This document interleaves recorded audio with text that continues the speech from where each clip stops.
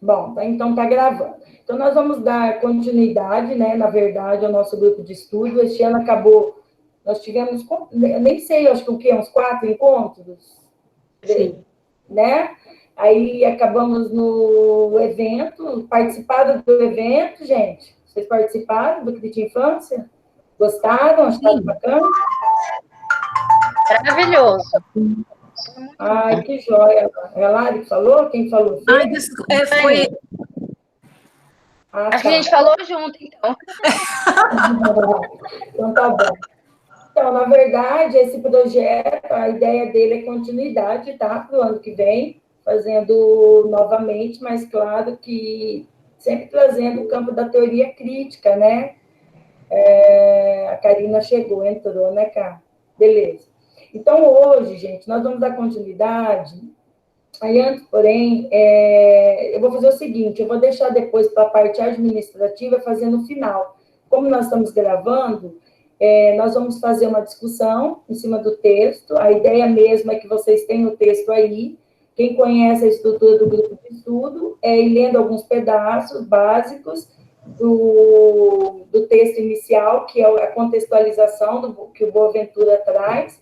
Aí, sequencialmente, nós pegamos alguns trechos, algumas partes que nos interessam do sentido de educar na infância, que, na verdade, é um resumo expandido que apresentei junto com o professor Alexander num evento que teve sobre gênero e currículo, bem, acho que no meados de março, abril. E, na verdade, eu trouxe mais como uma estratégia mais leve para a gente fazer essa discussão, porque ficamos um tempinho aí parados, né? E acabamos não retomando algumas questões. Esse grupo, eu vou fazer essa fala, porque depois, como se nós formos utilizar essa gravação para pôr lá no YouTube, no nosso canal, então já fica as pessoas sabendo. É um grupo, então, que se reúne uma vez por mês. O objetivo é desenvolver reuniões de estudo mesmo, para discutir sobre temáticas que envolvem o campo da teoria crítica e da educação e formação de professores, né, tentando também fazer algumas interseções no campo da infância, que é um dos meus objetos de estudo. Esse grupo, então, na verdade, né, ele vem aí já, historicamente, praticamente como nós colocamos, há quase 20 anos, né, e que tivemos uma liderança, e agora estou, né, na liderança, já faz um tempo aí, assumindo dentro desse campo do GPITEC, que é a Infância, Educação e Teoria Crítica. Então, para hoje, nós vamos tentar trabalhar um pouquinho a contextualização do que estamos vivendo e o que isso tem implicado, principalmente no campo formativo, voltado à educação da infância. Quando eu digo sentido de educar ou campo da formação, eu não estou somente fazendo uma relação com a responsabilidade da escola, mas eu acho que de todas as instituições formativas que se voltam a olhar para essa infância. E por onde a gente tem transitado vias, né, virtuais, há agora, né, um repertório de bases teóricas e de olhares que alguns parece que direcionam para ajudar aqueles que já estão atuando nessa educação atual da criança agora nesse contexto, e outros fazendo suas críticas, né? A discussão da manhã desse grupo é mais no sentido de tentarmos, estão me ouvindo bem? Sim. Tá. A teoria crítica, na verdade, ela não é necessariamente pessimista e não só quer ver coisas negativas. Ela tem um compromisso de tentar fazer uma análise da forma com que a sociedade tem se colocado e como que a gente deveria direcionar os nossos olhares para que a gente possa garantir aquilo que a gente tanto fala dentro da base teórica, que é uma formação mais emancipatória e uma formação mais digna para a própria completude desse homem, que, querendo ou não, envolve, né, o campo do espírito, do intelecto, e o campo físico, que seria todas as relações que ele vai estabelecendo com essa sociedade, né, e que está em transformação, e não necessariamente em evolução. Isso é um termo importante. Nós estamos vivendo um contexto de transformação. O que seria essa transformação? Algumas coisas tivemos que adaptar, querendo ou não, trabalhou algumas habilidades para a gente, que até então não tínhamos, principalmente no campo da tecnologia, né? Mas, ao mesmo tempo, também traz algumas questões, algumas tensões que a gente precisa tomar cuidado. Então, eu penso que esse livro, que essa obra do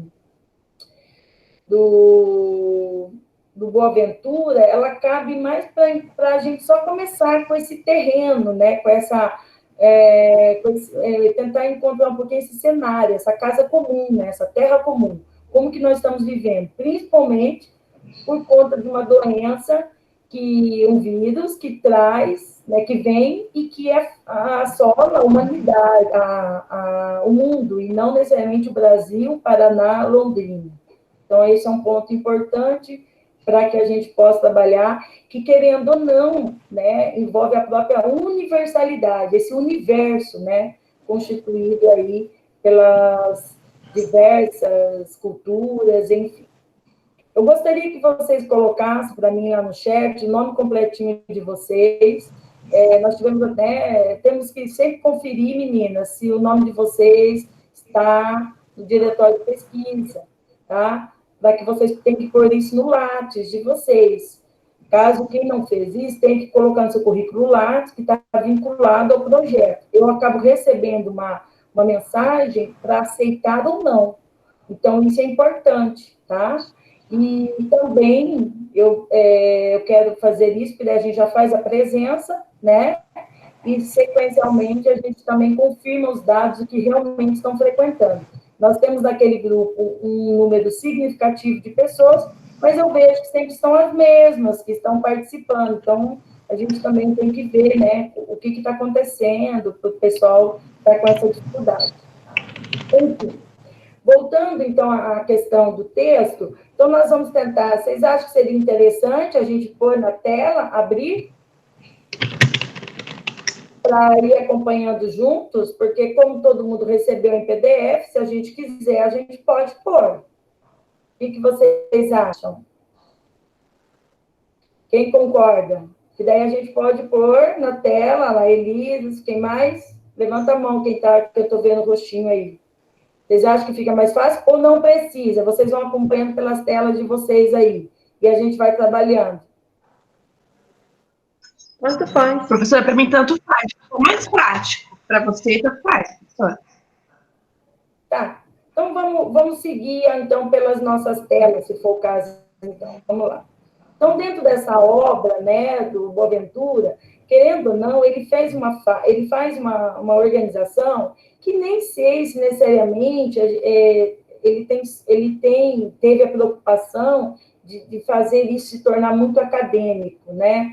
Ele mais, acho que, se preocupou em trazer de uma forma criativa, né, e de uma forma, ao mesmo tempo, reflexiva, alguns elementos para nos enxergar, né, que é até a chamada, né, o título já é extremamente chamativo, que é a cruel pedagogia do vírus, né? E aí, dentro desse campo, ele traz alguns capítulos muito pequenos, por isso que eu acho que o objetivo dele era mais fazer uma provocação teórica, até para a gente pensar e refletir, quem sabe fazer possíveis confluências com outras bases teóricas. E aí ele coloca, né, vírus, tudo, capítulo 1, que é o que nós vamos trabalhar hoje. Tudo que é sólido se desfaz no ar. Capítulo 2, a trágica transparência do vírus. Capítulo 3, a SU da quarentena. Capítulo 4, a intensa pedagogia do vírus, as primeiras lições. E capítulo 5, o futuro pode começar hoje. Podíamos ter ido direto para a intensa pedagogia do vírus, mas eu preferi, primeiramente, né, trazer esse contexto, que é o vírus, porque ele traz alguns elementos que são muito importantes para a gente pensar no campo da educação e da formação. De repente, podemos trabalhar o capítulo 4 no próximo encontro, associando também um outro texto, ou do Herbert Marcuse, ou do próprio, aqui poderíamos usar o próprio Adorno, né, na sua obra Educação e Emancipação, que de repente podemos fazer também interseções significativas. Então, para hoje, nós vamos tentar trabalhar algumas coisas aqui desse capítulo 1, tá? Alguém quer começar a ler? De repente, a gente lê alguns trechos e vamos tentando fazer as discussões. Alguém poderia começar a ler para mim?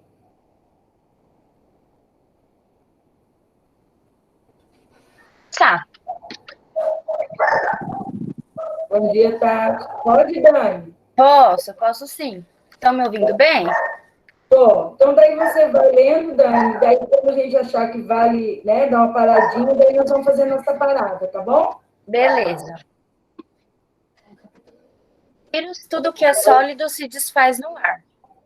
Existe um debate nas ciências sociais sobre se a verdade e a qualidade das instituições de uma dada sociedade se conhecem melhor em situações de normalidade, de funcionamento corrente ou em situações excepcionais de crise.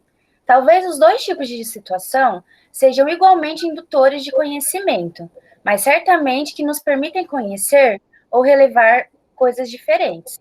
Que potenciais conhecimentos decorrem da pandemia do coronavírus? A normalidade da exceção. A atual pandemia não é uma situação de crise claramente contraposta a uma situação de normalidade. Desde a década de 1980, à medida que o neoliberalismo se foi impondo como uma visão dominante do capitalismo, e este se foi sujeitando mais e mais à lógica do setor financeiro, o mundo tem vivido em permanente estado de crise. Uma situação duplamente anômala. Acho que é assim, né? Anômala? Por um lado, a ideia de crise permanentemente é um oxímoro, já que, no sentido etimológico, a crise é, por natureza, excepcional e passageira, e constitui a oportunidade para ser superada e dar origem a um melhor estado de coisas. Por outro lado, quando a crise é passageira, ela deve ser explicada pelos fatores que a provocam. Mas quando se torna permanente, a crise transforma-se na causa que explica todo o resto.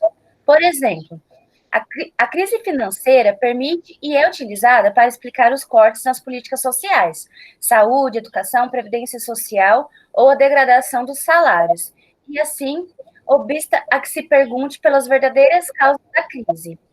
O objetivo da crise é não ser resolvida. Mas qual é o objetivo desse objetivo? Basicamente são dois: legitimar a escandalosa concentração de riqueza e boicotar medidas eficazes para impedir a eminente catástrofe ecológica. Assim temos vivido nos últimos 40 anos. Por isso, a pandemia vem apenas agravar uma situação de crise. Aqui a população mundial tem vindo a ser sujeita, daí a sua específica periculosidade. Em muitos países, os serviços públicos de saúde estavam mais bem preparados para enfrentar a pandemia há 10 ou 20 anos do que estão hoje.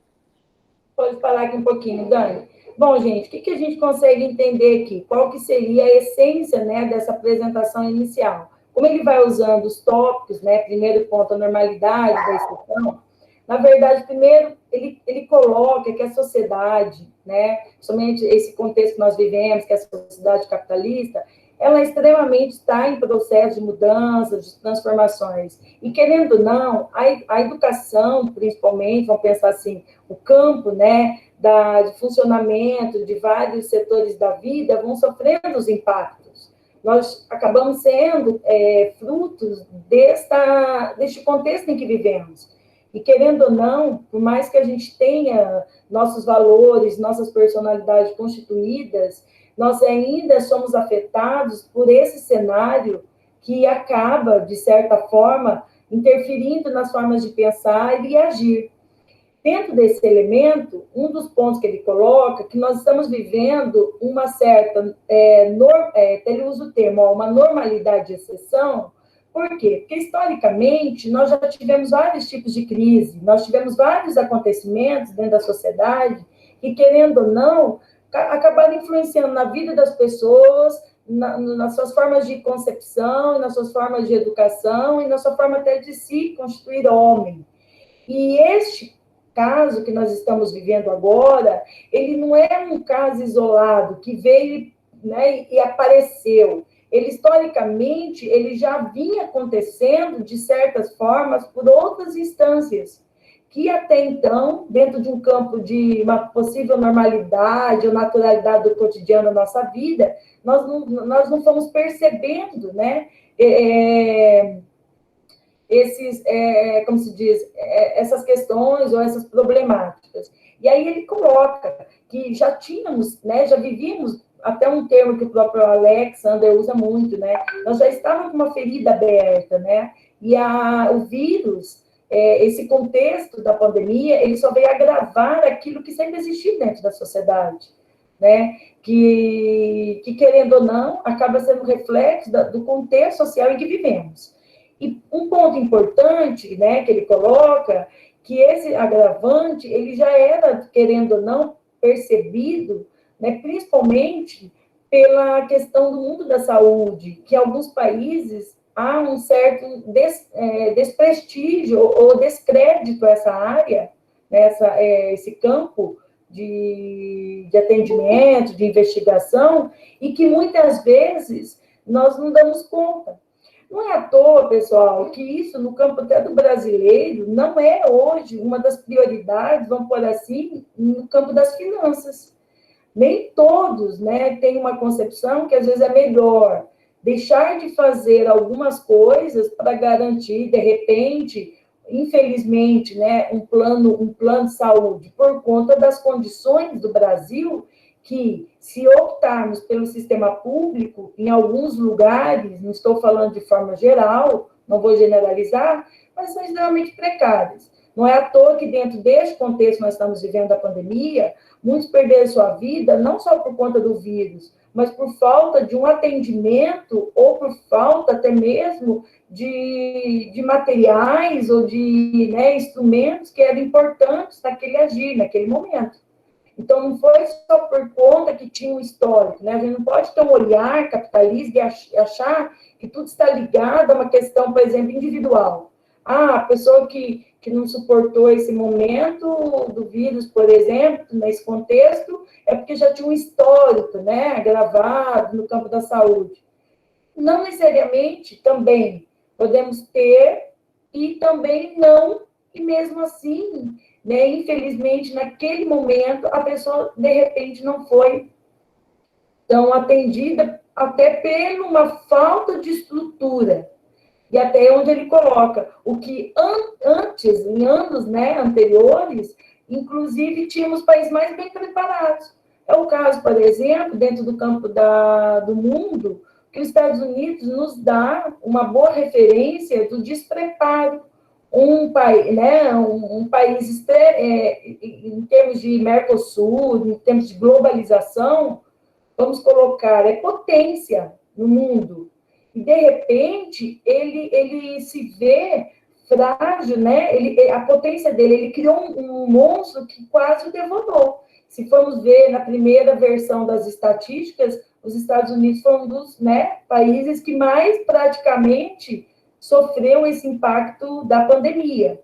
Isso por quê? Porque dentro de um olhar, né, dentro desse mundo, acabamos criando olhares mais importantes para certas coisas em detrimento do outro. Então, a pandemia, na verdade, ela veio nos mostrar uma fragilidade histórica que já vínhamos tendo dentro desse cenário, né? Não é à toa, por exemplo, no próprio Brasil, né? Aquilo que nós já sabíamos, nós conseguimos perceber. Tivemos que criar estratégias diante dessa nova realidade, muitas vezes imediatas. E dentro desse imediatismo, nós não tivemos condições de pensar efetivamente para elaborar um plano de curto, né, um plano de curto, médio e longo prazo. Se a gente for olhar, nós fomos lidando como se fosse apagando a fogueira, né, tentando remediar de uma forma extremamente frágil, o que acabou afetando nas nossas relações mesmo, no nosso campo formativo, que hoje pode ser um dos lugares, que é a própria educação. A pedagogia, a educação, ela estava totalmente despreparada para esse cenário.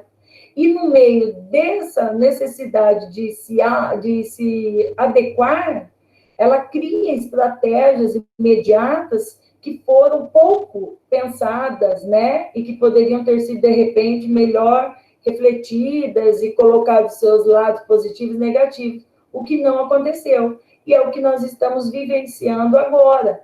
Então, as medidas, né, muito impulsivas dentro das questões, elas que são perigosas, que, de repente, ao invés de só ser essa exceção que estamos vivendo, esse contexto, aquilo que nós também criamos como tentativas de solucionar, pode ser também o grande monstro que vem depois nos devorar. Vocês compreendem essa reflexão que eu faço? E aí, dentro desse elemento, né, ele vai trazendo alguns pontos que são importantes. Pode continuar, Dani, fique à vontade. Dani, você lê até a hora que você falar, gente, pode mudar? A outra pessoa pode ler agora? Tá? Beleza. Tá, beleza. Aí, para quem chegou agora, nós estamos com a obra do Pedagogia, a Cruel Pedagogia do Vírus, nós estamos ali na página 6, a Dani vai ler agora da elasticidade social. Alguém quer fazer algum comentário, pessoal? Até aqui, tudo bem? Vai, então, Dani. Elasticidade do social. Em cada época histórica, os modos de viver dominantes, trabalho, consumo, lazer, convivência, e de antecipar ou adiar a morte, são relativamente rígidos e parecem decorrer de regras escritas na pedra da natureza humana. É verdade que eles se vão alterando paulatinamente, mas as mudanças passam quase sempre despercebidas. A irrupção de uma pandemia não se compagina com esta morosidade. Existem mudanças drásticas e, de repente, elas tornam-se possíveis como se sempre tivessem sido. Torna-se possível ficar em casa e voltar a ter tempo para ler um livro e passar mais tempo com os filhos, consumir menos, dispensar o vício de passar o tempo nos centros comerciais, olhando para o que está à venda, esquecendo tudo o que se quer, mas que só se pode obter por outros meios que não a compra. A ideia conservadora de que não há alternativa ao modo de vida imposto pelo hipercapitalismo em que vivemos cai por terra. Mostra-se que só não há alternativas porque o sistema político democrático foi levado a deixar de discutir as alternativas. Como foram expulsas do sistema político, as alternativas irão entrar cada vez mais frequentemente na vida dos cidadãos, pela porta dos fundos das crises pandêmicas, dos desastres ambientais e dos colapsos financeiros. Ou seja, as alternativas voltarão da pior maneira possível. Pode ler o próximo, que daí eu já faço uma única história, uma única discussão, tá? Beleza. A fragilidade do humano. A rigidez aparente das soluções sociais cria nas classes que tiram mais proveito delas um estranho sentimento de segurança. É certo que sobra sempre alguma insegurança, mas há meios e recursos para minimizar, sejam eles os cuidados médicos, as apólices de seguro, os serviços de empresas de segurança, a terapia psicológica, as academias de ginástica. Este sentimento de segurança combina-se com o de arrogância e até de condenação para com todos aqueles que se sentem vitimizados pelas mesmas soluções sociais. O surto viral pulveriza este senso comum e evapora a segurança de um dia para o outro. Sabemos que a pandemia não é cega e tem alvos privilegiados, mas mesmo assim cria-se com ela uma consciência de comunhão planetária, de algum modo democrática. A etimologia do termo pandemia diz isso mesmo, todo o povo. A tragédia é que, neste caso, a melhor maneira de sermos solidários uns com os outros é isolarmos-nos uns dos outros e nem sequer nos tocarmos. É uma estranha comunhão de destinos. Não serão possíveis outras? Olha só, né? Eu estava anotando aqui. Dentro dessa discussão, aí depois eu quero que alguém que quiser pode fazer algumas relações também, tá? Mas dentro deste ponto da elasticidade desse social, então, na verdade, o que o Boaventura vai falar é bem isso, esse ponto que eu já tinha até antecipado, né? Que, querendo ou não, por meio dessas mudanças drásticas, a gente acaba tendo que se reinventar. Esse foi até um termo, e tem sido um verbo muito utilizado, né? O reinventar, recriar, reorganizar, reelaborar estratégias de cunho social, formativo e de cunho técnico, da vida, do seu cotidiano. Na verdade, nós já vínhamos contagiados pelo vírus, o vírus da competição, do individualismo exacerbado, o vírus do ter em detrimento do ser, o vírus de uma vida isolada no meio da multidão, né? O vírus da ilusão, de achar, por exemplo, pelas redes sociais, que o número de curtidas demonstra que as pessoas te amam, o vírus da inteligência, do conhecimento superficial, que são os próprios colecionadores de arquivos. Criamos hoje, pelo campo da sociedade da informação, uma facilidade de acesso a obras maravilhosas, até inclusive esses dias as meninas acharam todas as obras do Teodoro Adorno em PDF, mas isso não nos garante que nós possamos sentar, olhar, ler, conhecer e nos formar. Ter, né, esses tipos de situações são ilusões também no campo da formação, o vírus de uma correria, né, sem fim, para que pessoas nem sabem para onde vão, mas estão correndo, querem correr, né?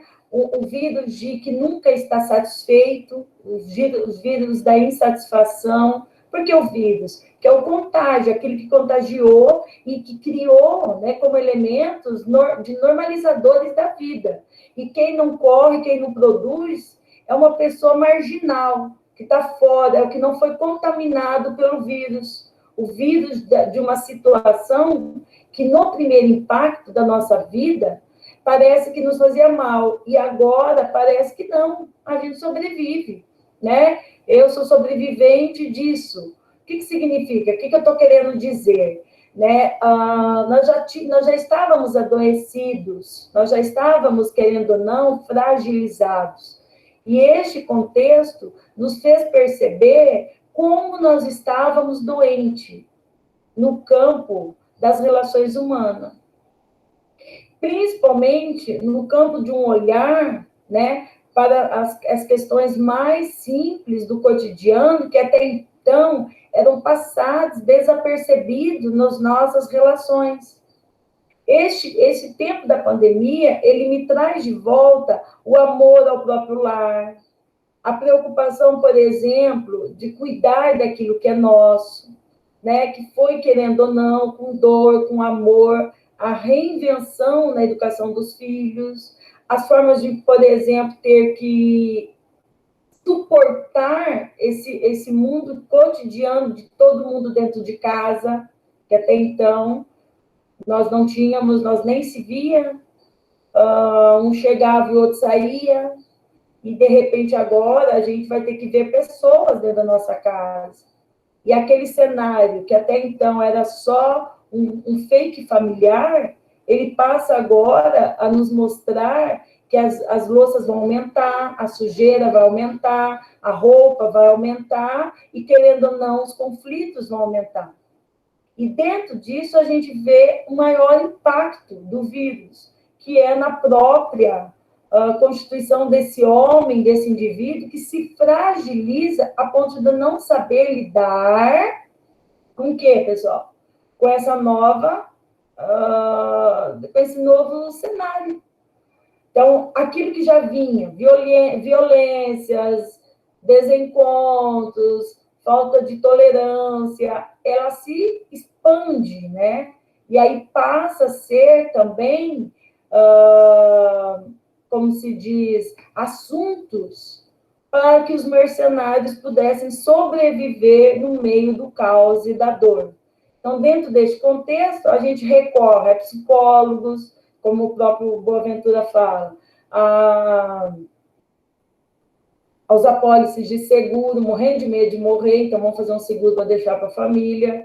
Os empréstimos, lembram quando os bancos começaram a fazer oferta para pagar só depois que voltassem da quarentena, quem lembra?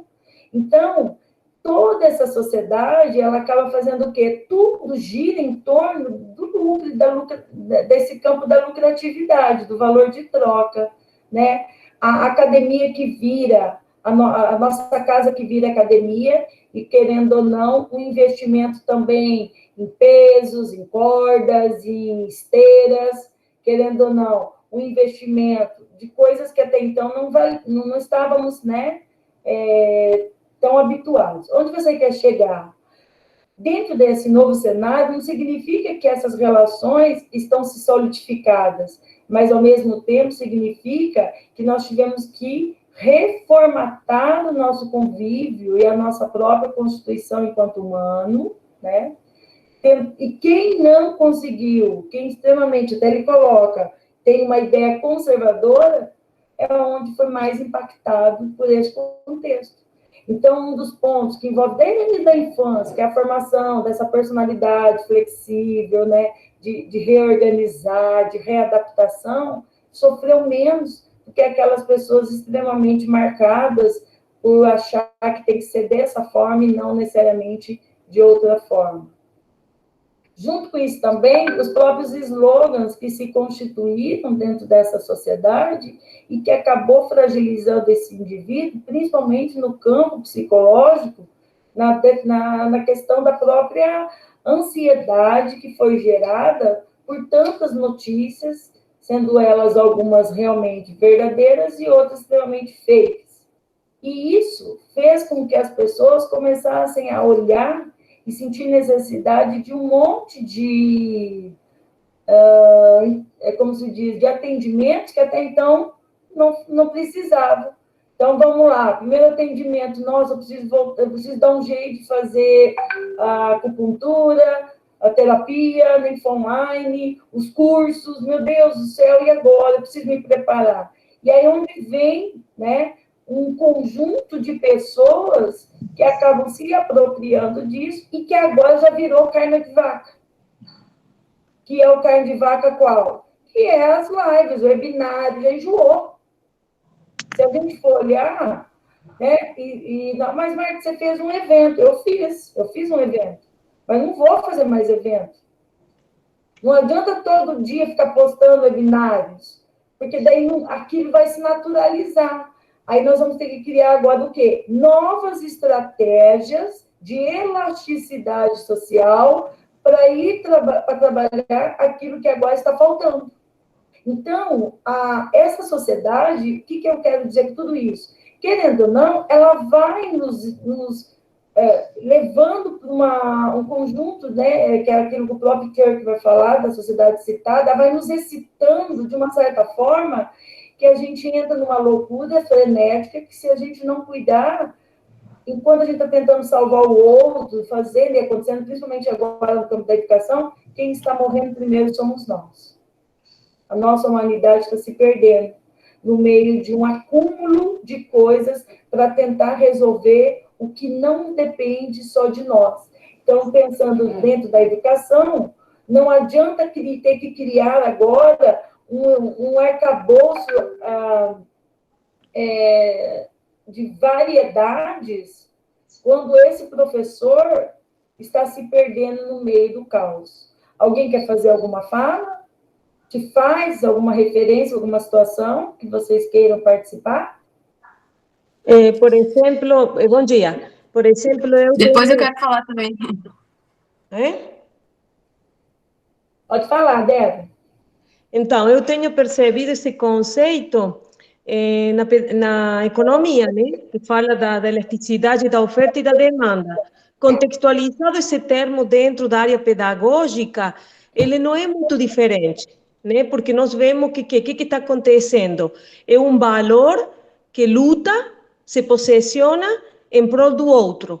Então, por exemplo, se nós consideramos a equipe docente, o conjunto de alunos, né? Acontece de fato uma relação de elasticidade que muitas vezes ela deixa passar por alto, né? Alguns detalhes, como o próprio autor coloca naquele capítulo, não, que vem depois, né? É o subtítulo sobre a fragilidade humana. Então, veja bem que são conceitos da área do capitalismo, da economia, que hoje estão sendo trazidos para a área pedagógica. Por quê? Porque nós fazemos uso das novas tecnologias justamente para vehicular o ensino. Então, eu entendo que esses termos econômicos, hoje o próprio próprio docente e o próprio discente fazem uso dele, deixando no decorrer do percurso justamente aquela falta de contato humano, né?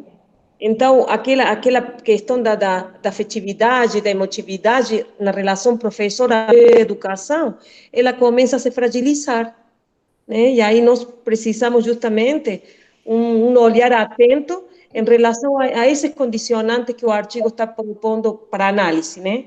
Essa é a minha interpretação. Uhum. Tudo bem. E que, na verdade, até esse elemento acaba se tornando a grande, até que você falou no campo da economia, acaba sendo, agora parece que o grande problema da humanidade.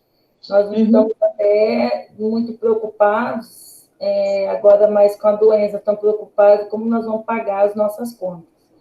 Eu, por exemplo, sofri esse impacto. Querendo ou não, eu vinha dentro de um projeto de formação, dava formação para vários municípios, querendo ou não, era um extra que entrava no orçamento financeiro, né? Então, assim, agora eu já estou chegando num limite, no sentido de eu já tirei todos tudo que eu podia tirar para me garantir dentro de um orçamento pelo pagamento da UEL. Mas, na verdade, dentro de uma relação, por exemplo, familiar em casa, as coisas aumentaram.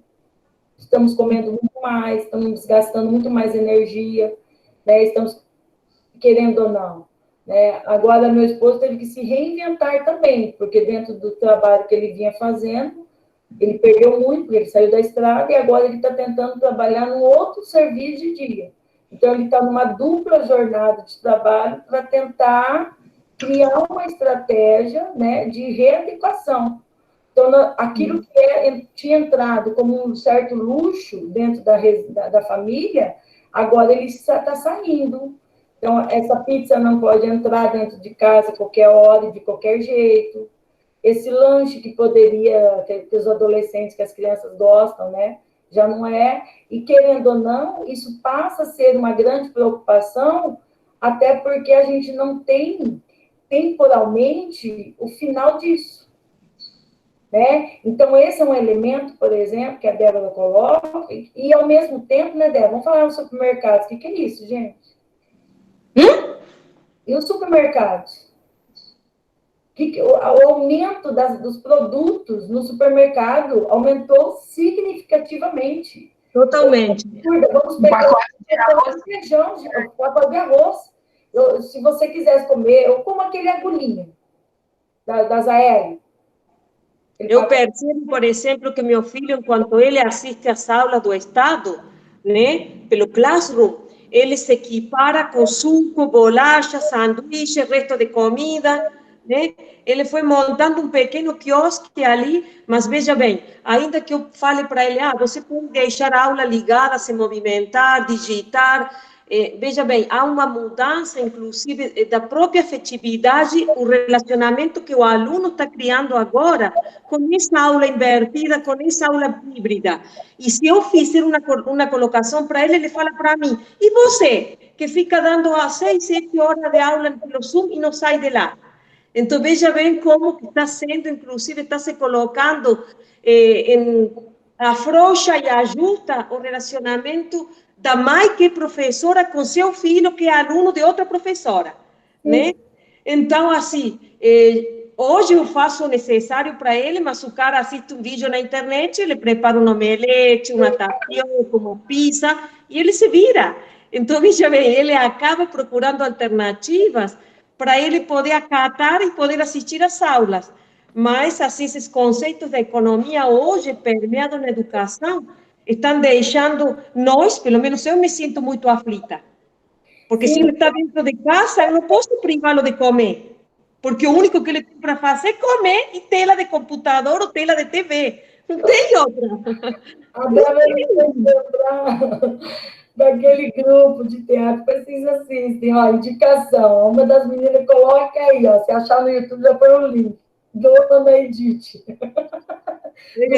Terça Insana. Ela fala isso.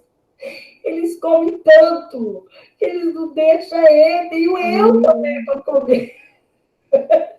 Eu fiz uma pizza ontem caseira, há uns 8 pedaços a forma. Ele comeu 6, um para meu esposo e o meu, como não comi, ele já comeu.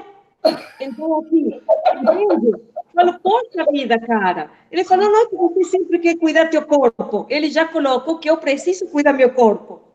Falei, claro, eu não como. Eita.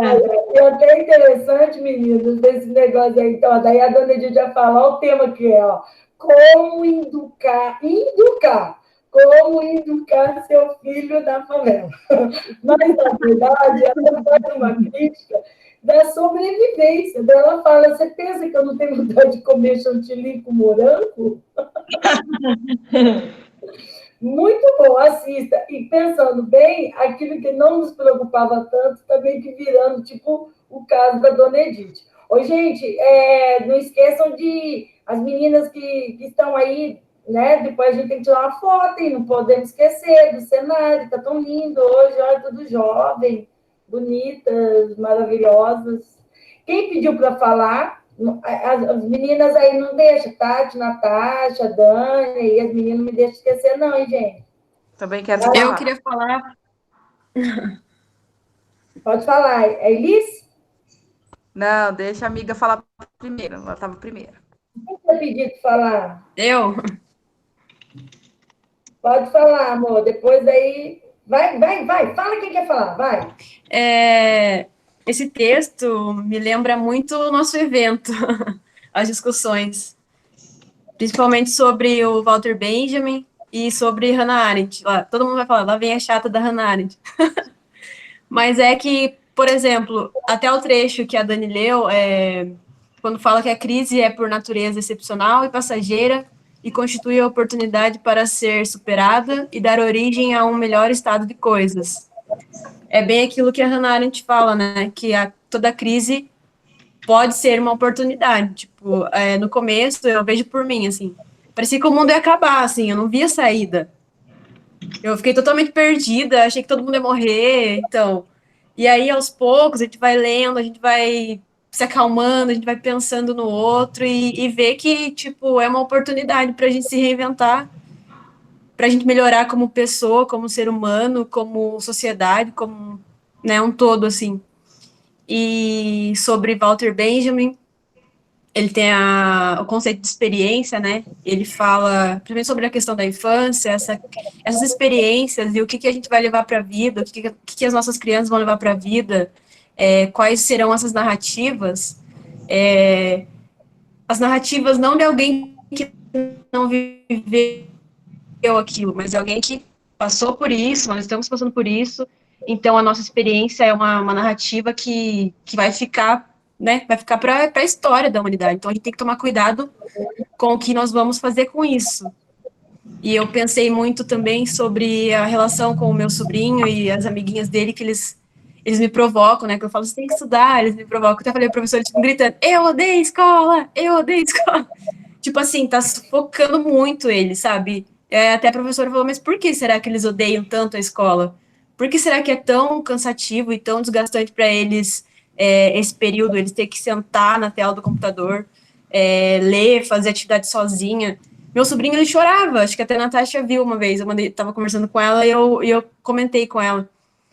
Eu tentava, tipo, várias formas para ele aprender, eu fazia dinâmicas, eu conversava, eu fazia ele, que ele gosta muito de falar e apresentar as coisas para a família, eu fazia ele apresentar as coisas para a família, e mesmo assim foi muito difícil, e é muito difícil, ele chorava muito, tipo, ele fala que ele odeia estudar, e eu tentando mostrar que ele não odeia estudar, ele odeia a forma como está sendo, né? Então... pelo menos a questão da infância, eu acho isso, sabe, que a nossa responsabilidade com as crianças, que, como a Arendt fala, a esperança com o novo, né, principalmente agora, tipo, as crianças não têm condições de resolver isso e de solucionar isso, somos nós, né, principalmente no campo pedagógico, né, também. E aí, a minha fala é no sentido que a gente tem que usar isso, esse momento, tudo isso, para deixarmos narrativas de esperança, de construção de um mundo melhor, que isso não nos silencie, não nos cale, não nos torne piores do que as coisas já estavam. Tudo bem. Desabafei. É o ponto da própria questão da reflexão. Agora, você estava falando da chata da Hannah Arendt, né? Mas ela, na verdade, ela praticamente é um dos nomes que melhor respalda esse momento que estamos vivendo, principalmente aquela obra, a condição humana, né? E aquela outra que é a violência, que querendo ou não, ela, acho que, eu não sei se é o que é a violência, mas aquela uma da violência, eu não sei se é um artigo, um texto, agora fiquei em dúvida, mas aquela obra Condição Humana, ela vai trazer efetivamente bem isso que nós estamos vivendo, né? Porque a própria Arendt, ela vai ter uma preocupação com esse contexto social e o que isso implica na nossa formação política, mas não no sentido politicagem, política enquanto cidadania, né? Enquanto relações cidadãs no mundo e com o mundo. Né? Alguém mais? Eu. Vai lá. Então, depois, quando você mandou o texto, na verdade, você lê um, daí você lê outro capítulo, daí você lê outro capítulo, lê outro. E Você assim, o livro inteiro rapidinho.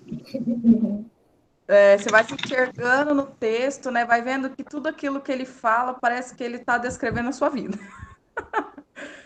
E o que mais me chama a atenção, falando sobre o capitalismo, é que eu, por exemplo, que tive que parar a escola e voltar a ser dona de casa, com 3 filhos pequenos dentro de casa e um marido trabalhando em hospital 24 horas por dia, poderia ser o pior cenário possível.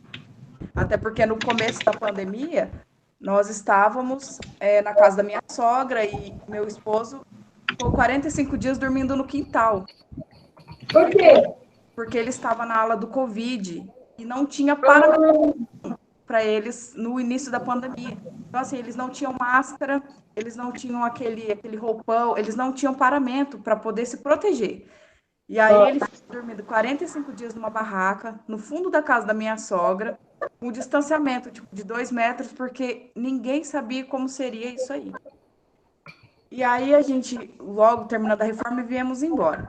Aí esses dias ele comentou assim comigo, falei, nossa, Karen, eu achei que você ia surtar. Porque eu não achei que você daria conta de ficar em casa com as 3 crianças. Aí eu pensei, falei, nossa, mas porque eu sou a mãe, eu tenho que dar conta das crianças. Uhum. Aí ele falou assim, não, e porque você foi levando de uma maneira tão leve as coisas que nem parece que você está em casa fazendo, trabalhando em casa, dando conta de tudo. Não é isso. É que a gente deixando de lado algumas coisas que não eram essenciais, né? Por exemplo, quando ele fala do capitalismo, parece que a gente teve tempo agora, mas a gente sempre teve tempo. O capitalismo, na verdade, é o que nos faz consumir e estar em lugares que a gente talvez nem deveria estar, ocupando o nosso tempo, gastando a nossa energia com outras coisas. E o que eu falei para ele, falei, na verdade, para você foi a gente dimensionar a nossa energia em outro lugar. No caso, das crianças e da casa, né? Entretanto, ele teve que assumir um outro padrão de trabalho, então agora ele está no HU e está no Zona Norte, trabalhando 24 horas, 24 por 24, então ele está em casa 24 horas e trabalha 24. O grau de estresse aumenta, cai a imunidade. Exatamente. Querendo ou não, todos esses elementos acabam sendo, né, afetados, a pessoa acaba sendo afetada, né, por esse... E tudo isso por conta de do aumento expressivo de tudo que a gente viu, por conta de comida e tudo mais, está em casa, tem que gastar mais energia, tudo gasta mais, então ele precisou assumir um outro trabalho, porque eu falei, filha, é só você, não tem jeito, né? 3 crianças, a gente tem que dar nossos pulos. Mas esse texto, professora, veio muito, e até ele leu também comigo bastante parte do texto, né? Porque ele também está fazendo graduação, ele teve que trancar a graduação, trabalho e tal. Mas eu acho, eu consegui fazer uma reflexão durante toda essa pandemia, muito nessa questão do consumismo e do capitalismo. É algo assim que na minha vida foi muito real. Né? Ver mesmo e tentar melhorar e enxergar o que poderia ser realmente mudado e trocado na nossa vida. É isso. Para que a gente não entre numa situação de colapso, né, e de caos. no meio do caos, o caos, né? Que é o que é uma situação importante para a gente pensar. Mas, Marta, o que isso tudo tem a ver no campo, né, da formação? Ao desmoronar, o que eu tenho para dar ao outro? Né? Eu, particularmente, confesso a vocês, eu estou entrando no meu limite. Não, eu já passei o meu limite. E eu estou preocupada se até dezembro eu terei condições ainda físicas, psicológicas, emocionais, né, para sobreviver. Eu estou num processo que eu estou me sentindo entrando no eu, Marta. Mas você está falando, está fazendo uma crítica, o acúmulo de trabalhos, alguém poderia dizer assim, mas por que você foi inventar? Aquilo ali foi um prazer no meio da dor. Foi quem ajudou as meninas sabe. Foi uma forma de sobrevivência para que eu pudesse me sentir menos pior, porque eu já tenho sentido com um acúmulo de tarefas, gente. E os e-mails vão chegando, as mensagens no WhatsApp vão chegando, e eu confesso a vocês, eu comecei a ter o sentimento de náuseas, que é um dos indícios de uma suposta, até se eu não cuidar, de uma síndrome do pânico. Começo a ver coisas, pedindo coisas, chegando materiais, pedindo prazos, e aquilo vai me dando, assim, um sentimento. Aí sabe o que tem acontecido? Né? Alguém poderia dizer, professora, mas você está falando isso? Falo, quem me conhece sabe, eu não nego a minha humanidade, que também está frágil. Não é porque nós estamos aqui fazendo uma discussão que eu tenho que ser perfeita. Né? É a mesma coisa do psicólogo, ele não tem que ser perfeito para poder atender as pessoas. Nós temos as nossas limitações. Mas, por exemplo, uma situação que eu tenho visto, que criamos, né, um exagero e uma impulsividade tão grande por conta de uma ilusão de ficar dentro de casa, né?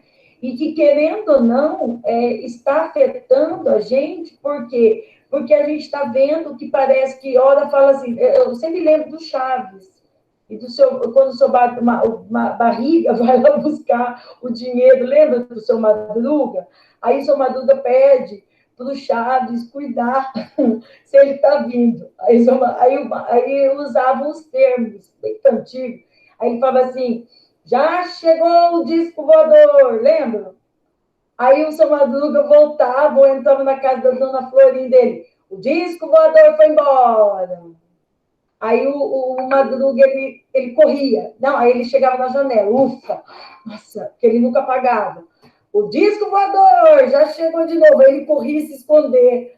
Essa sensação é uma sensação do que está acontecendo agora. Parece que abaixou. Não, parece uma nova, um novo gráfico aponta um aumento. Aí a escola, vamos voltar, né? Olha o disco voador voltando, olha o disco voador não voltando. E isso vai gerando o campo das incertezas, que, consequentemente, o campo das tensões, né? Que acaba sendo, de uma certa forma, frágil a ponto de a nossa humanidade também se perdendo. Então, assim, confesso a vocês que eu tenho tentado encontrar todas as estratégias possíveis, né, dentro das condições, mas eu estou ficando preocupada com a minha essência, ou com a minha, né, o que está dentro de mim. E que isso não me afete a ponto de me dar um apagão. Porque já aconteceu na frente da tela, eu estou aqui, ó, no computador, e eu olhar para tudo que eu tenho que fazer e eu, particularmente, não ter força nenhuma para pegar o bendito do mouse. E a minha mente some, no sentido assim, ela não forma um começo, um meio e fim. Eu estou fazendo um relato para você ver que, mesmo eu sendo extremamente organizada nas minhas tarefas e ter um quadro de prioridade, eu olho para isso aqui e, de repente, eu não consigo me ver mais. Como que é aquela história? Eu não consigo mais fazer um processo de seleção de prioridades. Porque daí, no meio das tarefas, eu perco o que eu quero fazer.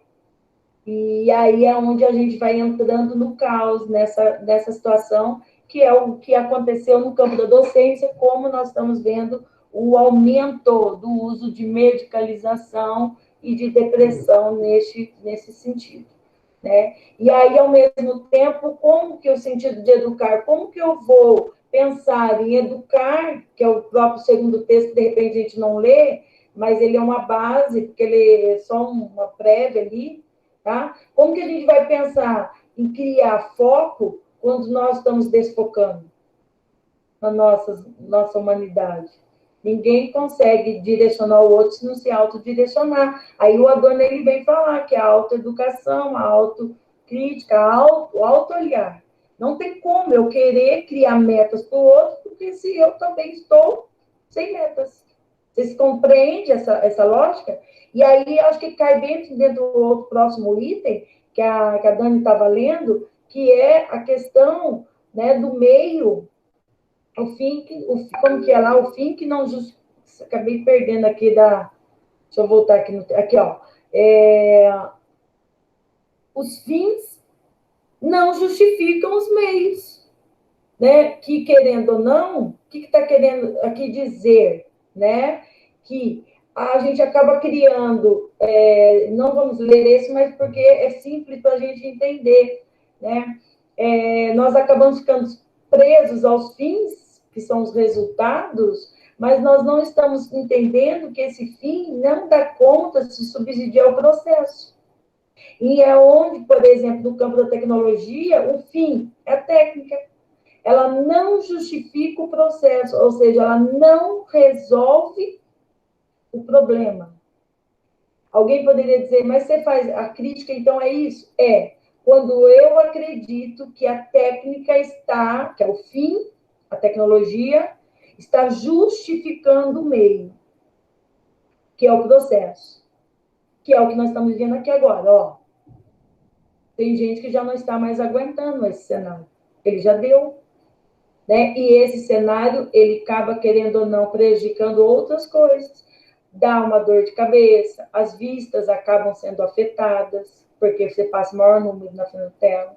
A sua coluna, se você não tiver uma estrutura de estudo minimamente adequada, né, uma cadeira que seja minimamente confortável, você acaba, no processo, se perdendo. Então, aquilo que era para nos salvar pode nos criar novos contornos, né? E dentro desse fim, né, desse fim, ele acaba, por exemplo, não sendo a solução, porque acaba sendo uma bola de neve, que vai gerando um outro caos, um outro caos, um outro caos. Marta, mas você não está muito pessimista? Não, eu estou sendo realista. Eu estou te mostrando o contexto. Como deveria ser?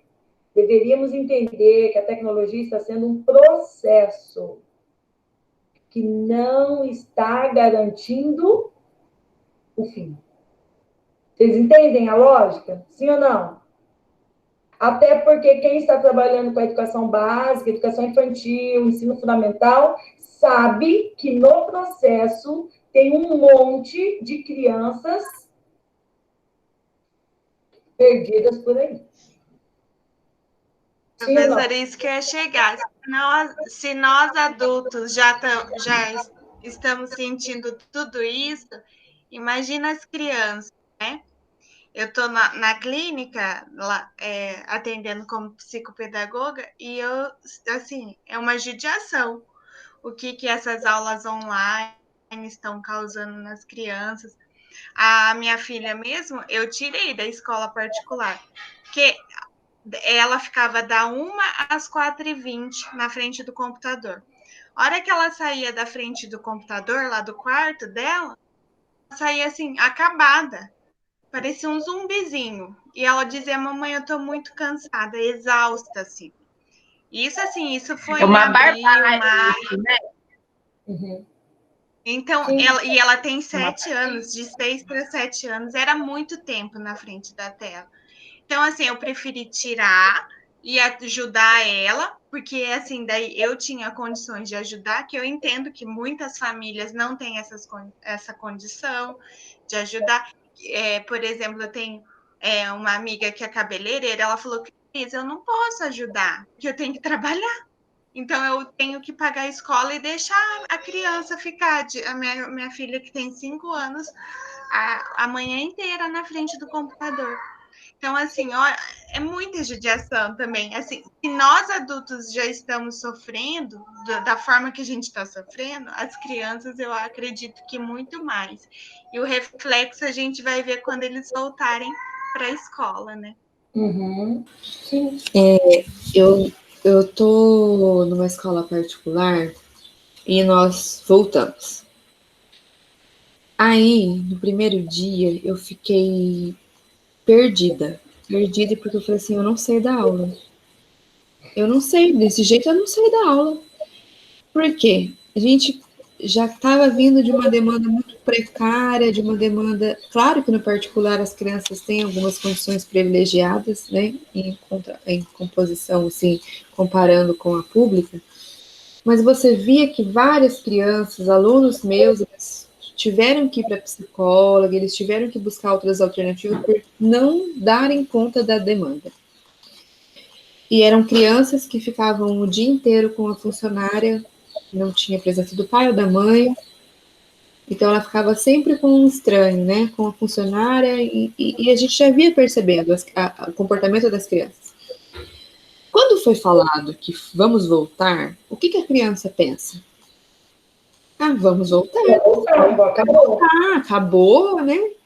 Acabou, tá tudo bem, vamos voltar à rotina. Só que não. As crianças chegaram na escola e se frustraram de uma maneira tão grande. É a mesma coisa que você der uma barra de chocolate para uma criança, ela se deliciar toda e na metade você vai tirar. Uhum. Por quê? Porque a criança agora, são 9 crianças por sala no máximo, na minha sala tem 6, cada uma num canto, totalmente isolada. Além de ser horrível o cenário que você entra na escola e você vê as gangorras, os brinquedos lacrados, eu achei que até me arrepiaram que eu vou falando. As salas lacradas, livros lacrados, material lacrado, não pode mais assim compartilhar os livros da biblioteca, ninguém toca mais nos livros, ninguém toca mais nos brinquedos, ninguém senta mais na gangorra ou naqueles brinquedos do gira-gira lá que eles sempre falam, sempre vai ter um espaço que vai estar violado. E aí, quando você chega na escola no primeiro dia, você fala, meu Deus, o que está acontecendo aqui? Como que eu vou lidar com isso? E as crianças, você tendo que controlar as crianças, porque que eles querem abraçar o amigo, beijar, conversar, abraçar a professora. Você não pode sem falar, senta no seu lugar, arruma sua máscara. Senta no seu lugar, arruma sua máscara. Arruma sua máscara, arruma sua máscara, passa álcool em gel no livro, passa álcool em gel na mesa. Do que necessariamente dando aula. Ou seja, é 2 horas que eu tenho de aula, 1 hora eu passei falando arruma sua máscara e passa álcool em gel no livro. Aí, a criança pensa que na hora do recreio ela vai para o pátio tomar lanche com o amigo, compartilhar o lanche. E o momento de compartilhar, o momento de partilha, que tinha que ser algo elogiado, nossa, olha, estão dividindo, agora é algo para ser chamado a atenção da criança. Você não pode compartilhar o seu lanche. Ontem aconteceu uma coisa assim que deu no meu coração. A gente estava o ar da sala ligado e estava muito frio. E uma criança não tinha trazido blusa. A outra tirou a blusa e ia dar. Eu falei, não pode. Eu vou desligar o ar, mas a gente não pode. Então, assim, você tem que ficar agora, nesse sentido, além de você estar preocupada com o conteúdo e com os prazos, você tem que ficar ligada, mais ligada ainda com a questão da socialização das crianças. Ou seja, você vai todo o tempo, você vai podando essas crianças. Você vai podando, e você vai podando, e você vai podando. Então, assim, o pior, para mim, tem sido o retorno. O pior tem sido o retorno. E eles não podem compartilhar o lanche, aí eles ficam sentados na carteira, todos, assim, praticamente enfileirados. Uma criança pula 2 carteiras, outra criança. E eles não podem compartilhar o lanche, eles não podem lanchar juntos. Aí o que eles fizeram de alternativa? Eles viraram a carteira, quando eu libero para a hora do lanche, eles viram a carteira para pelo menos eles comerem olhando no olho do amigo, mesmo que tenha 2 metros de distância. Eles buscaram a alternativa deles.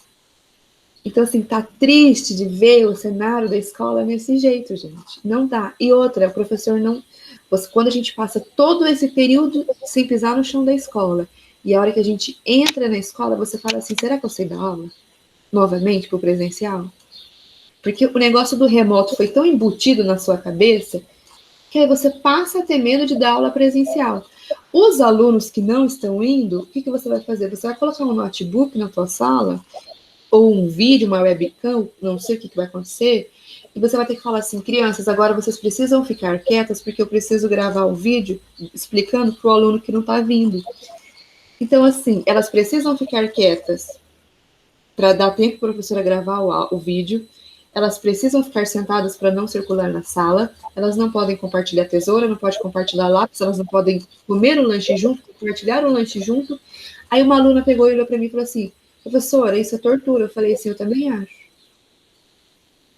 Eu também acho. E me perguntaram, por que quando Londrina tinha 3 casos, fecharam a escola, e agora passa de 2.000, abrem a escola? Eu falei, o que você vai falar com uma criança? A economia está parando, e se eles não voltarem, eles não tem mais alunos.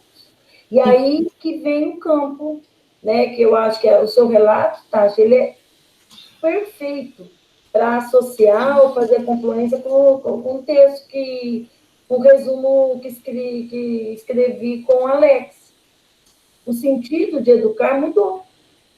Olha para você ver o que você acabou de falar. E aí eu fiquei pensando, né, num cenário triste, né? Pessoas integradas e não incluídas. Né? Aquilo que nós tanto falamos de uma inclusão, né, da capacidade do amor do outro, se vê agora numa situação... Aí eu pergunto, será que as nossas crianças precisavam sentir isso agora?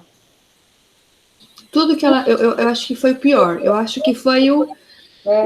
Foi o pior. Foi, assim, gerou uma frustração tão grande, e assim, eu fiquei muito apreensiva porque quando falou, vamos voltar, porque elas não foram preparadas, né? Elas vieram de casa com o sentimento de que vamos voltar, vamos brincar, vamos conversar, vai voltar aquela, né?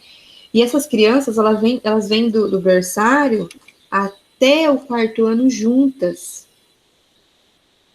Não tem mudança da turma, não tem separação das crianças, eles caminham juntos. Então, eles criaram uma ligação ali, a mais que amizade, né? E aí você não pode, você tem que separar, não pode trocar. Você passa a aula toda, arruma sua máscara. Você é robotizada, arruma sua máscara. A gente fica tão assim, alienado nesse negócio de máscara, álcool em gel, que você...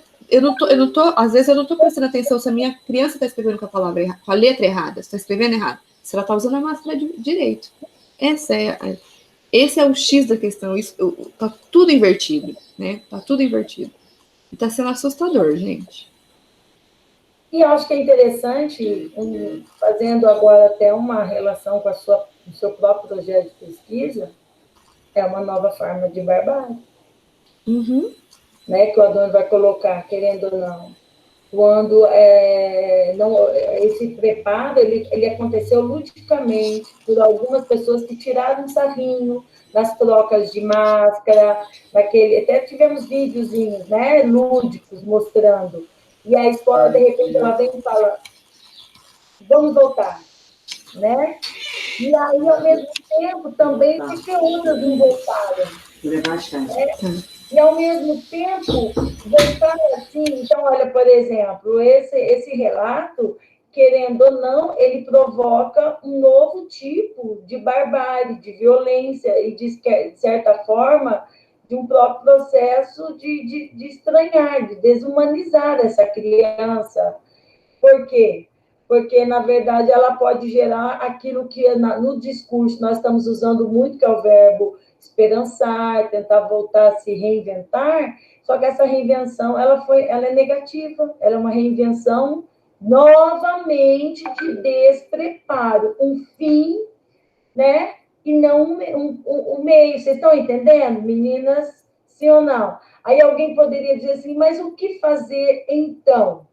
Né? O que fazer então? É o que, infelizmente, no campo da educação, nós vivemos a vida inteira, só apagando os incêndios, nós não temos uma formação que nos capacite para pensar num plano, como eu disse no início, a curto, médio e longo prazo. E por não ser uma cultura no campo da educação, infelizmente, nós acabamos entrando nessa situação e nos tornando reféns de um processo que não foi culpa nossa. E eu não estou falando nem professores, todos nós. E, ao mesmo tempo, nos gera, né, uma situação que novamente vem o quê? Para fingir. Aquilo que aquele livro, esqueci o cara que fala, esqueci o nome dele, que ele fala, eu finjo que ensino e vocês fingem que aprendem. Tem uma obra, um livro que fala sobre isso. Esqueci o nome do autor, onde ele vai falar o quê? Vamos lá, pelo menos estando lá, a gente está fingindo que está gerando, né? Então, gente, o que isso faz relação, saindo da cruel pedagogia do vírus, que na verdade, que é a questão até a guerra do que é feita a paz, aqui quis dizer por trás, eu não vou ler por causa do derolar do horário, aqui fala que a própria questão, uma briga muito maior, histórica, entre China e Estados Unidos, que, de repente, a guerra que é feita a paz, né? Que ela acaba o quê? A início é a causadora, nós demonizamos, e depois ela se tornou uma suposta apaziguadora, salvadora, ajudando vários países, principalmente Estados Unidos, a tentar se reerguer. Olha só, o monstro que vira salvador, ou não? E para fechar, né, a cruel pedagogia do vírus, gera a sociologia das ausências, que seria só esse que eu queria que você lesse para mim, Dani, para fechar e, ao mesmo tempo, já ir para o outro texto, porque a gente daí consegue, com mais 15 minutos, encerrar a discussão. Beleza. A sociologia das ausências. Tudo bem? Sim? Uma pandemia dessa dimensão provoca justificadamente comoção mundial. Apesar de se justificar a dramatização, é bom ter sempre presente as sombras que a visibilidade vai criando. Por exemplo, os Médicos Sem Fronteiras estão a alertar para a extrema vulnerabilidade ao vírus por parte dos muitos milhares de refugiados e imigrantes detidos no campo de internamento na Grécia. Nesses campo de Moria, há uma torneira de água para 1.300 pessoas e falta sabão. Os internados não podem viver senão colados uns aos outros. Famílias de 5 ou 6 pessoas dormem no espaço com menos de 3 metros quadrados. Isso também é a Europa invisível. Como essas condições prevalecem igualmente na fronteira sul dos Estados Unidos, também aí está a América invisível.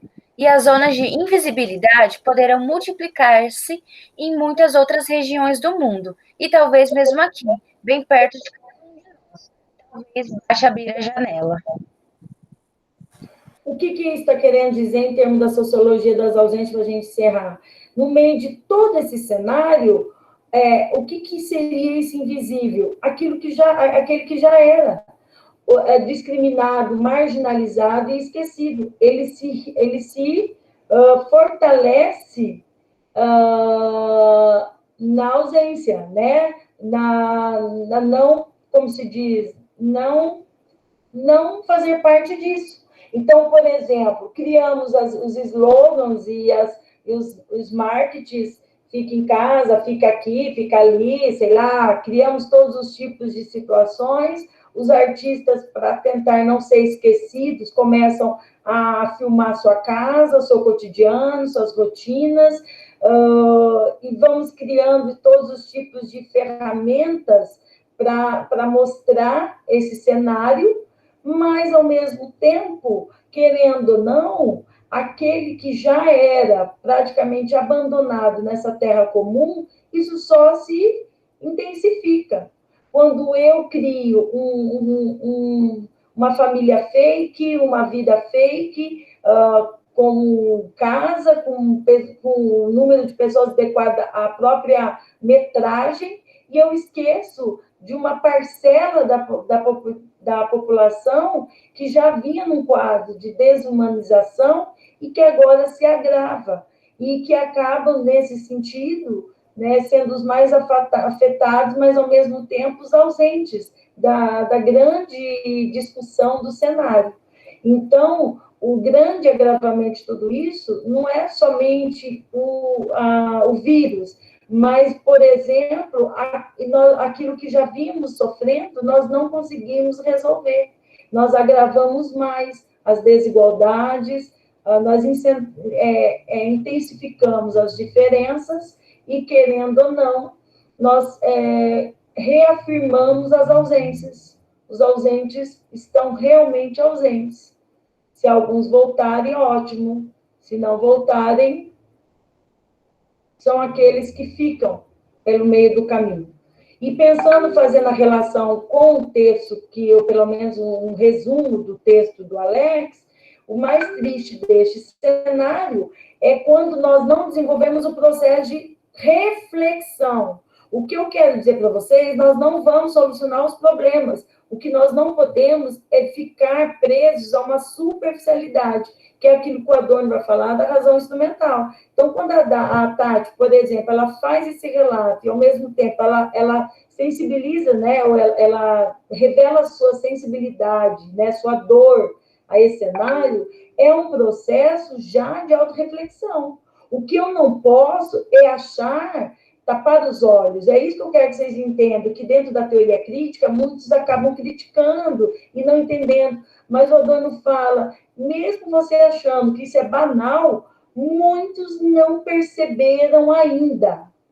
Muitos ainda estão criando olhares muito subjetivos e não preocupados com toda a complexidade do pós, né? Só criamos o nome, né? O slogan novo normal, mas nós ainda não paramos para pensar já nos efeitos desse novo normal, né? E olha, e a questão ela é no campo da saúde que acaba agravando o maior problema as pessoas que já passaram por essa experiência da dor. Eu estou, inclusive, com um caso com meu irmão, que sobreviveu, amém, mas agora vai entrar num processo de hemodiálise, vai ter que fazer, porque o rim acabou, perdeu o rim, né? Outros foram afetados, os movimentos, outros foram afetados, que é o caso, por exemplo, até da minha mãe, agora está sendo afetado do rim, outros estão sendo afetados por outros tipos, perderam o gosto, outros perderam o paladar, outros foram afetados na própria formação, até no próprio cognitivo, seu intelecto ainda está abalado. Professora, Só para fechar a ideia, isso não estamos pensando, por quê? Porque nós estamos em cima do fim e não do meio. Volto a entender aquilo que no Eclipse da Razão, o Max Horkheimer fala com muita precisão. Nós não entendemos o processo, nós só queríamos a vida salva. Estão entendendo? Sim ou não? O fim. Mas nós esquecemos que esse processo poderia dar um fim imediato e gerar novas problemáticas. Então, gente, esse exercício que estamos fazendo aqui, embora hoje pode ser que seja um encontro um pouquinho assim, meio tenso no campo, mas é um ponto mesmo de parar, né? Entender o que está realmente acontecendo. Pode falar, tá? Tem uma coisa que eu estava pensando esses dias, porque as pessoas, elas estão numa tensão tão grande, numa bolha de tensão tão grande, que o meu irmão, ele foi positivado, mas o meu irmão foi assintomático. O meu irmão não teve sintoma algum. E ele teve contato com a família, com uma parte da família, né? E ele precisou fazer um exame no dia seguinte, fez o exame normal, e aí foi positivado para o coronavírus, e sim, totalmente, gente, sem um sintoma. Nada, nem febre, nem dor, nada. Ele não teve nada. O que aconteceu? Todo mundo ficou assustado. E assim, E, ao mesmo tempo que gerou um susto em todos, uma pessoa da família foi de forma muito agressiva com o meu irmão, e agora você contaminou a família, tarará, e começou a discutir, e começou a gerar um momento assim de barbárie tão grande, de briga, de hostilidade, porque o menino tinha sido positivado. Então, assim, olha a situação que nós estamos chegando. Dá medo de você falar que você está com coronavírus, porque você não sabe o que o outro vai fazer com você. E o meu irmão foi totalmente, assim, apontado. E ele falava assim, mas gente, eu não tive sintomas, eu não tenho sintomas. No dia que ele ficou sabendo, ele já se isolou, ele já ficou em casa, a esposa ficou em casa, eles passaram a semana toda em casa, né, durante os dias, e ele trabalha como motorista de aplicativo, e ele falava assim, eu preciso trabalhar, eu tive que levar 1.000 pessoas no hospital, eu entrei no hospital, peguei passageiro, eu não posso parar de trabalhar, porque senão, como que eu vou fazer para sobreviver? E aí, no mesmo instante, o aplicativo já bloqueia ele por 14 dias, e ele falou assim, eu posso ser pego de algum passageiro, assim como eu passei por alguns passageiros, né? E ele foi fazer o exame, deu positivo, assintomático totalmente, e uma parte da família, desde perguntar como você está, as pessoas não falam mais, como que você está se sentindo, no que eu posso te ajudar? A pessoa aponta o dedo, agora você faz isso, você fez isso, porque além do fato da pessoa estar contaminada, ela tem que carregar uma culpa. Então, assim, tá bizarro o que está acontecendo. Tá bizarro o que está acontecendo. E dá medo de... Você dá medo de você voltar da aula e você ser professora e você poder contaminar um aluno e ainda, além de ser, você vai ficar com aquela culpa, contaminei um aluno e você mandado embora. Então, assim, tá bizarro o que tá acontecendo, gente. Era só isso. E acho que essa tua fala reforça bastante a moda da solidariedade. Sim. No começo, que nem estávamos sendo tão afetados economicamente, todo mundo criou atos solidários nas redes sociais. Espetáculo, né? Um espetáculo. O espetáculo da solidariedade. Principalmente agora que estão mais precisando. Sabe por quê?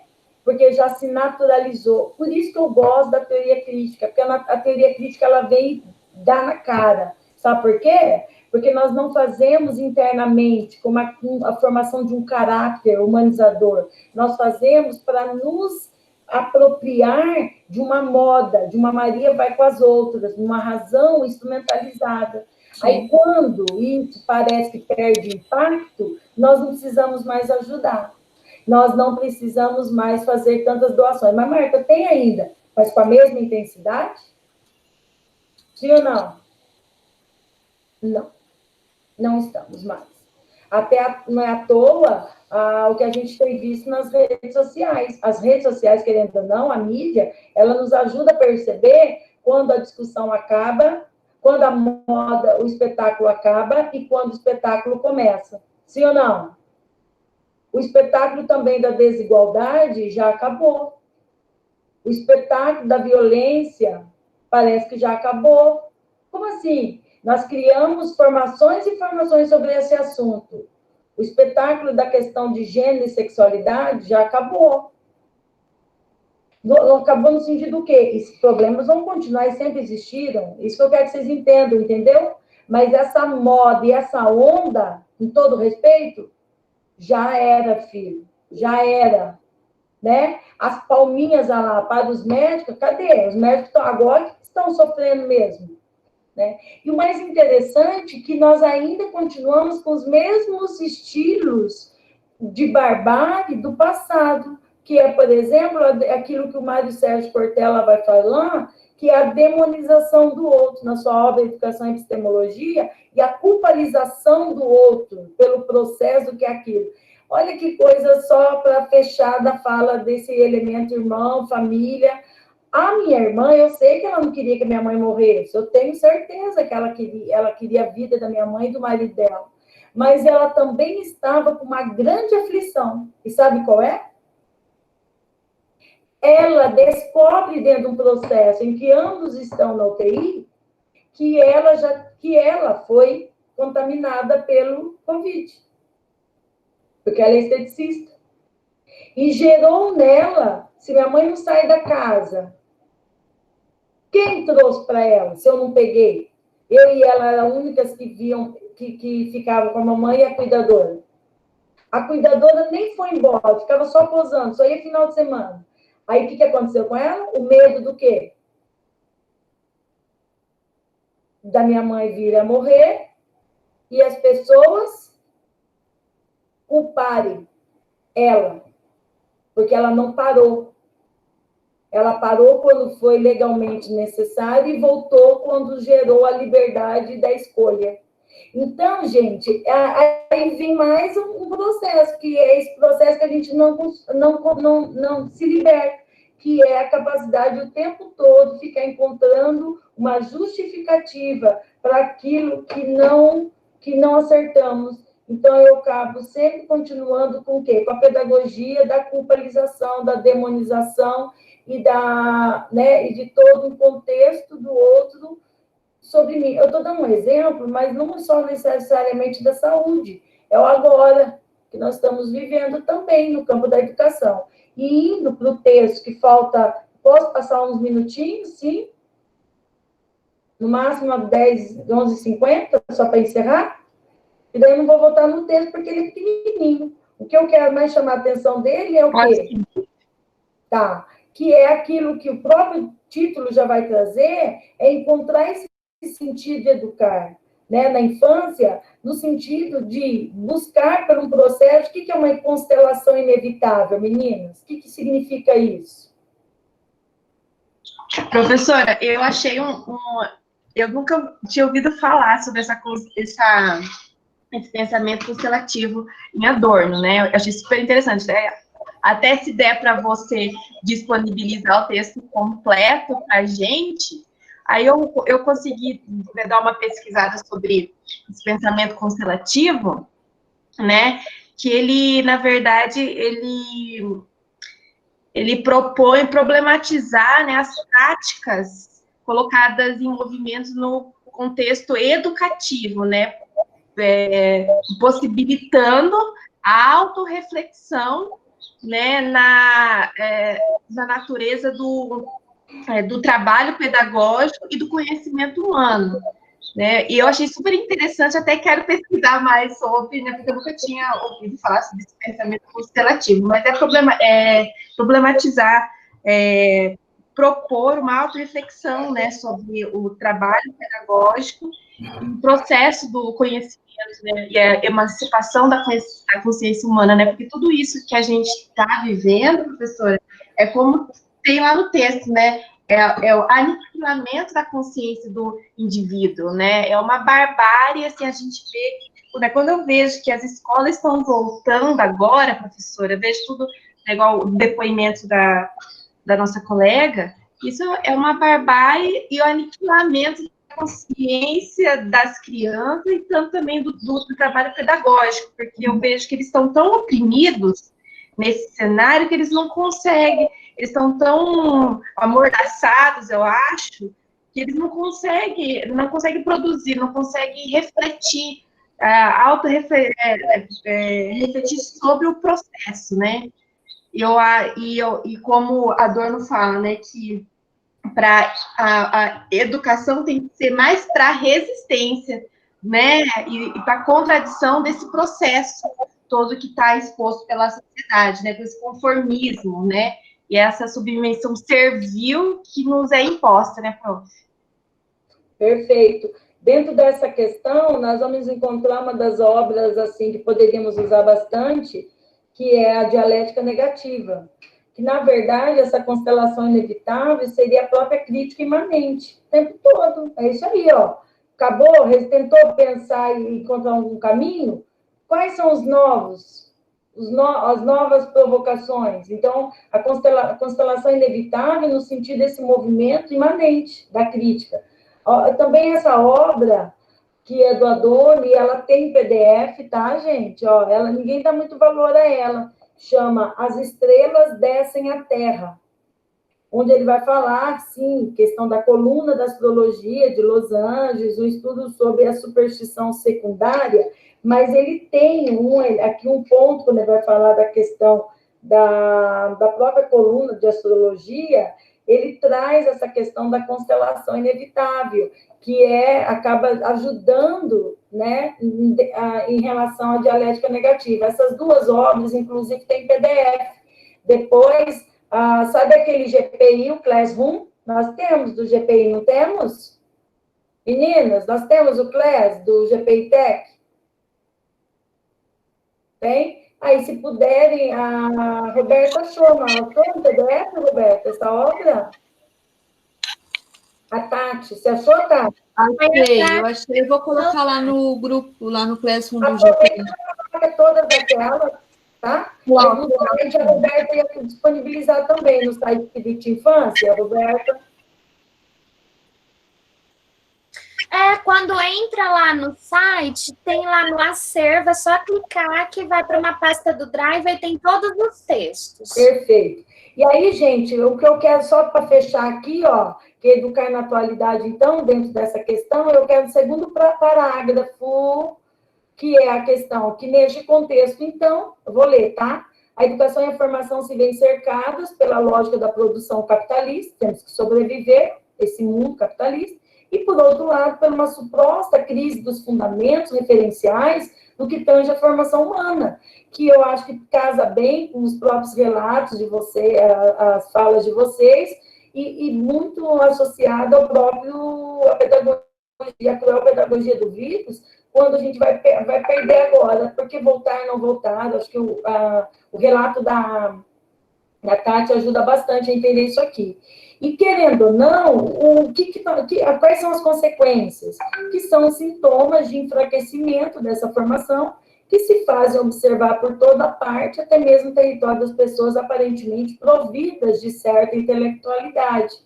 Aí a dispersão dos rumos dessa crise revela as fragilidades na reformulação de concepções educativas, com certa ilusão de que as reformas didático-pedagógicas de ensino contribuem substancialmente para o sentido de educar. Aí a gente percebe o quê? Que não necessariamente só as reformas, aqui existe uma necessidade urgente do campo da saúde. Então, por exemplo, o retorno dessas escolas tem que estar num trabalho interdisciplinar com o campo da psicologia e o campo da saúde, minimamente falando, dentro desse retorno. Então, não pode voltar sozinha, só como um campo educativo. Tem que buscar forças na saúde e na psicologia, principalmente para trabalhar dentro dessa constituição psíquica dessa criança, desse humano, que volta agora e encontra um novo cenário. Porque a vida inteira ele saiu de férias, e ela saiu de férias, a criança, esse menino, essa menina, e eles voltaram para aquela escola que era sempre a mesma, não mudava. Estão me entendendo, sim ou não? E agora ele volta para uma escola que ele nunca conheceu. Uma escola da máscara, uma escola da separação, uma escola do álcool gel, uma escola de um professor que, querendo ou não, está com uma tensão, né? Aqueles que já vinham dentro do processo de tensão agora estão explodindo. E aqueles que até então a sua alegria reinava dentro das suas aulas de uma maneira lúdica, se veem agora o quê? Que é o termo aqui, ó, que é se ver enfraquecida por conta de uma situação que não está tendo só, não adianta só ter uma formação, não adianta só ter um preparo para como desenvolver as atividades. Aqui vem de nós, professores, uma nova necessidade para nos apoiar nesses fundamentos, que seria o quê? Buscar alternativas em outras áreas que possam nos ajudar a superar esse processo. E aí, no terceiro parágrafo, diante as múltiplas formas de obediência refletidas pelas propostas virtuais, assumimos a virtualidade porque não tivemos outro caminho. Eu, particularmente, conversando com os alunos, até da própria universidade, muitos colocaram que ainda não conseguiram se adaptar. Eu estou falando da universidade, eu estou falando de estudantes maiores e que estão sofrendo o impacto disso. Sexta-feira mesmo, tive reuniões de estágio, né? E vários, por exemplo, algumas pessoas relataram, e detalhe, e no meio disso, as pessoas só estão preocupadas para não se prejudicar mais. Eu recebi pós-aula sexta, vários e-mails desesperados, deixando claro que participou, quase que falou minha fala dentro do e-mail, e que não podia ter, não assinou, não viu o link de presença, estavam desesperados. O que está acontecendo no próprio evento, muitos gostaram e participaram, mas nós estamos vivendo agora o impacto, o pessoal tudo morrendo de medo, de não receber a certificação, mandando vários e-mails, as meninas são testemunhas, estão entendendo? Aí desfoca, e aí o enfraquecimento da formação, né? E no sentido, assim, não que não possa ter isso, né? Alguns têm exigência, necessidades, e tem mesmo, mas o que está acontecendo? As pessoas acabam criando, querendo ou não, um desfoque, né? Um olhar que se perde, parece uma certa cegueira aí constituída nesse novo cenário. E dentro dessa discussão, querendo ou não, pessoal, aqui voltando para o texto, eu vou falar aqui então, dessas propostas virtuais tecnológicas, processo de educar, há um despreparo da escola da infância que, diante do caos, promove barbárie com repetidas atividades em número quantitativo evidente, desconsiderando os direitos humanos da criança. Professores e gestores, eu uso o termo aqui, saltar por quê? Porque não temos tempo nem para pensar. Nós temos que saltar, sem perceber, da plateia para o palco, em uma visão teatral de obediência, e ao mesmo tempo silenciada mediante a sustentação da farsa catastrófica de uma democracia acrítica, tá? Não crítica, que tenta levantar uma suposta bandeira da humanização da vida, que foi o que eu acabei de falar agora, que é o espetáculo da solidariedade, né? E outro detalhe para diante disso, então, qual é a contribuição para não ficarmos só reclamando? É retomarmos, né, o sentido de educar pelas próprias contribuições adornianas, principalmente com o seu célebre texto da obra Educação e Emancipação, que é educar para quê? Educação para quê? Né? É possível poder analisar esse sentido constelativo, que é dessa crítica imanente ao que estamos vivendo. Então, há necessidade, lá no objetivo principal, está lá já quase no fim, de uma constelação do pensamento formativo à luz da autorreflexão e ação emancipatória do conhecimento, na tentativa de perceber até que ponto a educação tem um papel fundamental no campo da formação cultural e quais necessariamente os possíveis caminhos, né, para novos horizontes. Então, a educação enquanto processo formativo, intencional e pedagógico, ela tem muito a declarar acerca do comportamento do mundo, de que simplesmente intermediar modelos ideais pré-estabelecidos. Vou dar um exemplo. Como fazer isso, Marta? Produção de uma consciência verdadeira, a partir do relato da Tati, por exemplo. Meu amor, esquece os livros. Trabalha essa fragilidade. Como assim? Vai parar de dar? Não, o seu olhar, o principal, não vai ser agora o conteúdo. Não adianta querer forçar o conteúdo com crianças fragilizadas.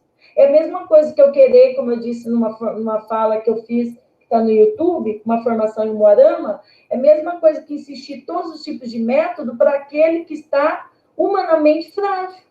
Então, agora, o que vai ter que fazer? Útil ou agradável. Então, por exemplo, quais são as temáticas, os projetos e as discussões para essas crianças agora? Tentar fazer o quê? Utilizar os conteúdos que precisam ser desenvolvidos à luz desse contexto. Então, trabalhar em escolas que trabalham com projetos, com temáticas, com sequência didática, é trabalhar agora com essa nova relação do outro, a questão do próprio ambiente, organização do ambiente, e aí vai entrando português, matemática, história, geografia. Estão entendendo, sim ou não? Principalmente que voltaram. A questão, por exemplo, da alimentação. Nós vamos fazer a adequação da alimentação ao novo cenário. Não tem que partilhar mais. Por quê? O que tem aí por trás? Tem bactérias, tem vírus, ele é invisível. nós não sabemos de onde pegamos, de onde estamos, por que nós temos que usar essa máscara, por que isso e aquilo. E aí nós vamos introduzindo o quê? Produção de texto, para os fundamentais. Estou dando um exemplo, tá, pessoal? Produção de texto, situações, problemas matemáticas, porque daí, de uma forma pedagógica, nós vamos tentando criar mecanismos de explicação desse novo cenário e, ao mesmo tempo, atendendo esse sistema que quer de nós o quê? O cumprimento do conteúdo necessário. Então, poderíamos dizer, é uma possível saída? É uma possível saída. Não, não é, não posso fazer isso. Adorno diria, se eu falar que isso vai resolver o problema, eu estou caindo nas malhas da semi-informação. Eu estou fechando de novo um fim e não um meio. É uma possibilidade no caminho de uma desbarbada. Vocês compreendem assim? Sim ou não? Mas muitos não vão, isso não vai resolver. Por que não vai resolver totalmente? Porque o indivíduo, ele não é somente, ele é uma complexidade. Então, nós não temos domínio do que está na sua psique humana, nós não temos o domínio da sua subjetividade. Agora, vamos resolver? Não, mas podemos tentar encontrar um possível caminho. E aí, a partir dele, novos caminhos vão sendo ampliados. Por isso, para fechar, a crítica imanente e a constelação inevitável. De um contexto, vão virando em outro, né? E até que tentar. A semana passada, estava escrevendo a louça, quando percebi uma aluna do meu lado, o que falou lá? Ai, fechou o chat. Do meu lado, e disse que não estava enxergando, porque não estava usando óculos, porque a máscara atrapalhava. E realmente, eu, por exemplo, se você colocar, morre de sofrimento. Daí você põe a máscara e começa a abafar tudo aqui, ó. Aí, o que eu faço? Eu engano tonto. Infelizmente, eu sou vítima disso. Eu tenho que abaixar do nariz, fica aqui na boca, até que alguém me repreenda. Quando eu estava no hospital, eu estava assim. Estava com a minha vista muito ardendo demais, porque eu tinha trabalhado no computador, pus a máscara e não conseguia subir. A minha respiração subia, abafava meu óculos. Aí eu abaixei. Fiquei disfarçando, como se tivesse com uma água do lado, para fingir que eu tinha acabado de beber aquela água. Até que segurança veio e falou assim, só lava uma máscara, por favor? Tá. Aí eu pergunto, eu estou usando a máscara para me proteger e proteger o outro, ou estou usando a máscara porque se eu não usar, eu não fico nesse ambiente?